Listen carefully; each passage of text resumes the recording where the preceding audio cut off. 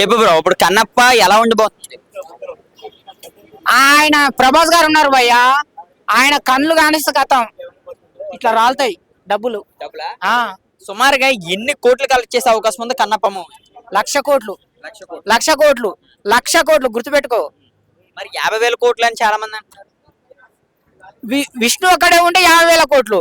అందులో ప్రభాస్ గారు కూడా ఉన్నాడు కాబట్టి 1,00,000 కోట్లు ఓకే. మరి ఈ కన్నప్ప మూవీ మీద చాలా ట్రోలింగ్స్ అయితే అవుతున్నాయి.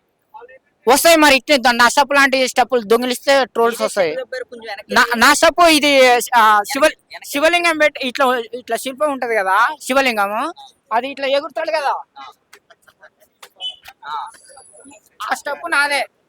ఆ స్టెప్ నాదే. మరి దీని మీద మరి నువ్వు ఎటువంటి రియాక్షన్ తీసుకునే అవకాశం ఉంది? సినిమా రిలీజ్ అయిన నెక్స్ట్ డేనే 100 కోట్లు ఫైన్ వేస్తా దీని మీద ఆ స్టెప్ మీద.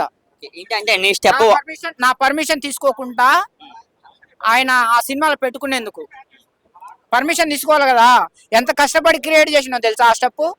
ఒక్కసారి అక్కడికి వెళ్ళి ఇక్కడ పోయా ఇంకా కొంచెం వెనక్కి వెళ్ళి ఇంకా కొంచెం వెనక్కి వెళ్ళి